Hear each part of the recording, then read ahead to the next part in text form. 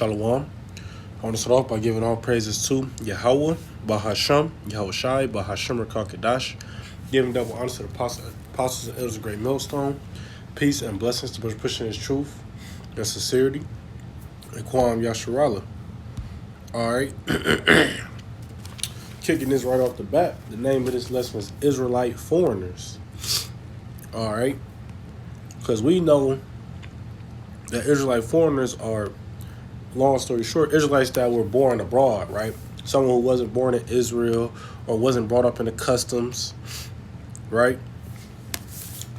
So the question for that is, can they be saved? Who are they? For example, we would be Israelite foreigners. We wasn't born in Israel, nor were we raised in the law and in the statutes and commandments, right? And you even have like Old Testaments of like the Israelites who was born in Israel not accepting the Israelite foreigners. Mostly the New Testament, towards like Corinthians, Galatians, around there. You know, the Jews in Jerusalem, they wasn't really accepting the Israelite foreigners. But to jump right in with the scripture, this is 1 Samuel 16:7. But the Lord said unto Samuel, look not on his countenance, or on the height of his stature, because I have refused him. For the Lord seeth not as man seeth, for man looketh on the outward appearance, but the Lord looketh on the heart. So countenance going to sight, appearance, or what is seen. Stature is a word that goes into height. All right, and to just to clear things up, in this exact verse, this is talking about when the Lord was choosing a king for the nation of Israel, and how King David brothers, they was like bigger, stronger, you know, and David was a keeper of the sheep, a shepherd, and basically he ended up being chosen, even though he was like a smaller dude, weaker than his brothers physically. All right, but the thing I was quoting out here was he was saying, don't look at the outward appearance, because the Lord look at the inward appearance. All right, so that's like the same thing with Israelite foreigners. Just because somebody they might have a Moabite head, some Hamite lips, some Ammonite eyes, a Syrian nose. Everybody not gonna be 6'2", dark skin, you know, looking like Wesley Snipes. Every Israelite not gonna look like that.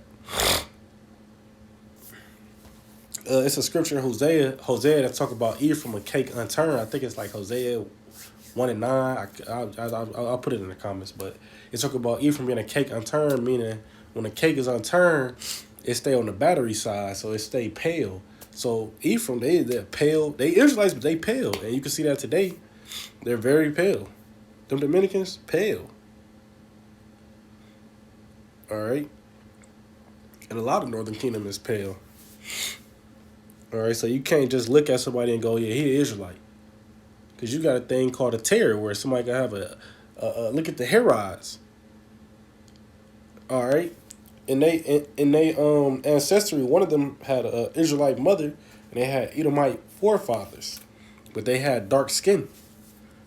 Were they Israelites? No.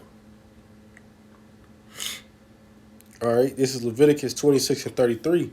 And I will scatter you among the heathen, and withdraw out a sword after you, and your land shall be desolate, and your cities waste.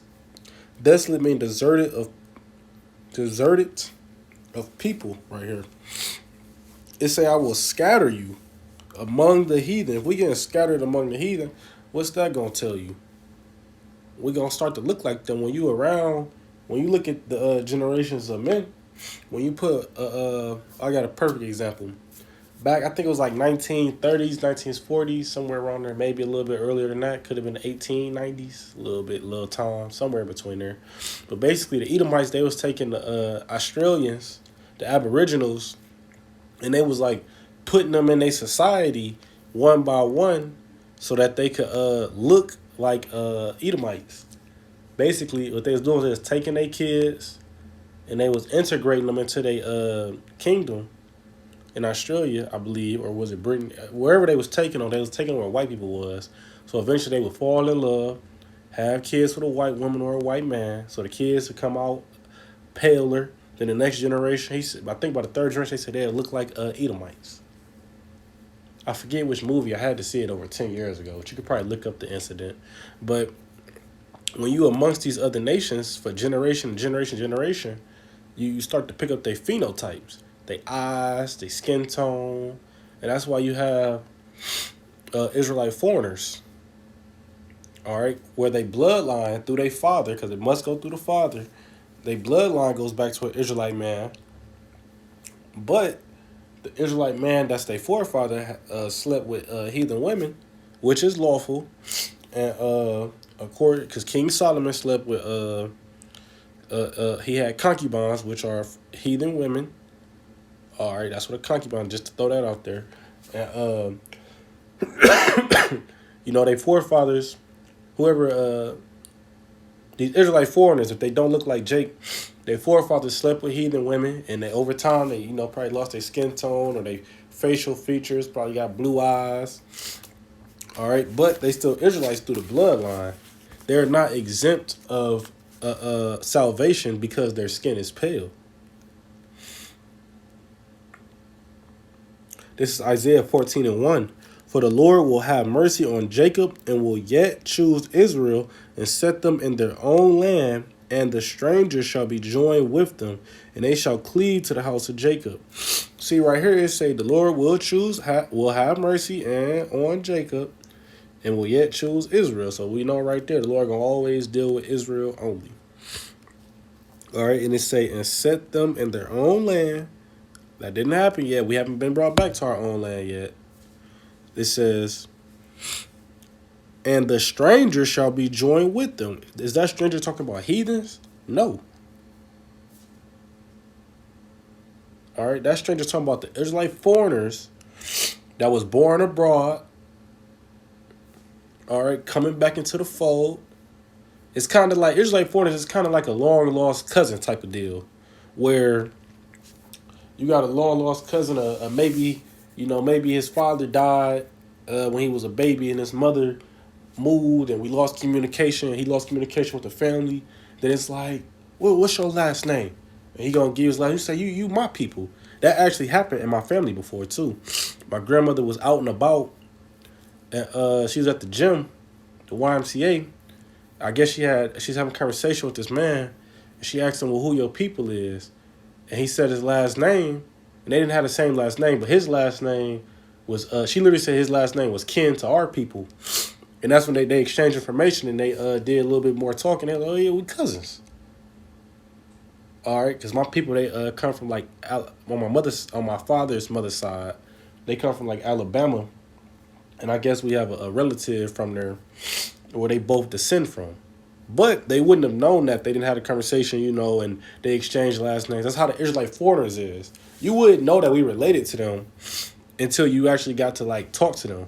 And that's another thing where why we supposed to be spiritual, because you can't be on the highways and hedges, all right, just cussing out the first Edomite you see. That might not be an Edomite. I mean, the spirit gonna do what it do. But you don't want to just be, look at those heathens right there. They're going to burn. You don't want to be like that 24/7. Like I said, the spirit going to do what it do. But it's going to be many Israelite foreigners.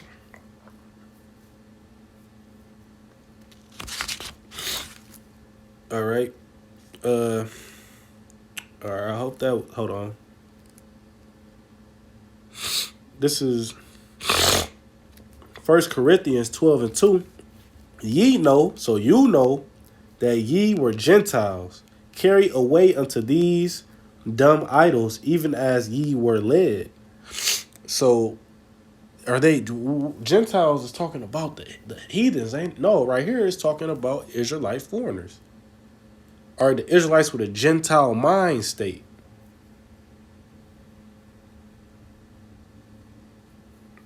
All right, so you got Israelites that will be considered Gentiles because of their mind state. They getting lineups. They got blonde and red hair. Or they talking about world peace. You know why? Because they thinking like the Gentiles. They're not thinking like Israel. They still Israel by blood, but their mind is of a Gentile. That's why we call it the fisherman. We calling them back into the heritage. Those who will accept it. All right. But with that, I hope it was edifying. I want to give all praises to Yahweh, Bahasham, Yahweh Shai, Bahasham, Rakal Kadash, giving double honors to the apostles and elders, great millstone. Peace and blessings to us pushing this truth and sincerity. And Kwam Yasharallah.